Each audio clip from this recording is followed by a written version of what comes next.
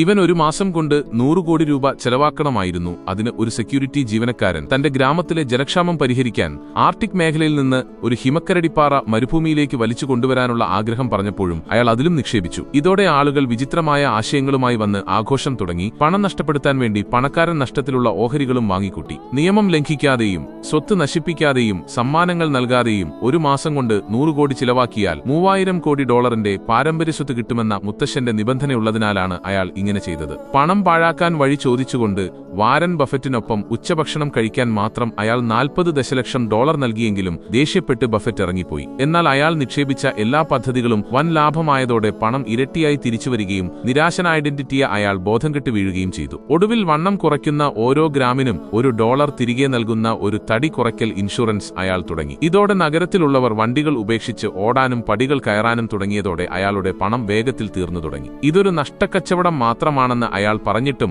ആളുകൾ അയാളെ ജീവകാരുണ്യ പ്രവർത്തകനായി കണ്ടു. പണം മുഴുവൻ തീരാറായപ്പോൾ തട്ടിക്കൊണ്ടുപോകൽക്കാർ അയാളുടെ കാമുകിയെ തടവിലാക്കി $100 കോടി മോചനദ്രവ്യം ആവശ്യപ്പെട്ടു. പാരമ്പര്യസ്വത്ത് നഷ്ടപ്പെട്ട സങ്കടത്തിൽ അയാൾ മുറിയിലിരുന്ന് പാട്ടുപാടിയപ്പോൾ കാമുകിയെ വേണോ അതോ സ്വത്ത് വേണോ എന്ന് പരീക്ഷിക്കാൻ മുത്തശ്ശനൊരുക്കിയ നാടകമായിരുന്നു ഇതെന്നറിയാതെ തട്ടിക്കൊണ്ടുപോയവരും കാമുകിയും നിരാശരായി. സമയം കഴിഞ്ഞിട്ടും അയാൾ വരാത്തതിനാൽ അവർ മടങ്ങാൻ തുടങ്ങിയപ്പോൾ പടികളിൽ കാത്തുനിൽക്കുന്ന അയാളെയാണ് കണ്ടത്. അങ്ങനെ മുത്തശ്ശന്റെ അവസാന പരീക്ഷയും ജയിച്ച് ഒടുവിൽ അയാൾ $3000 കോടി പാരമ്പര്യ സ്വത്ത് സ്വന്തമാക്കി.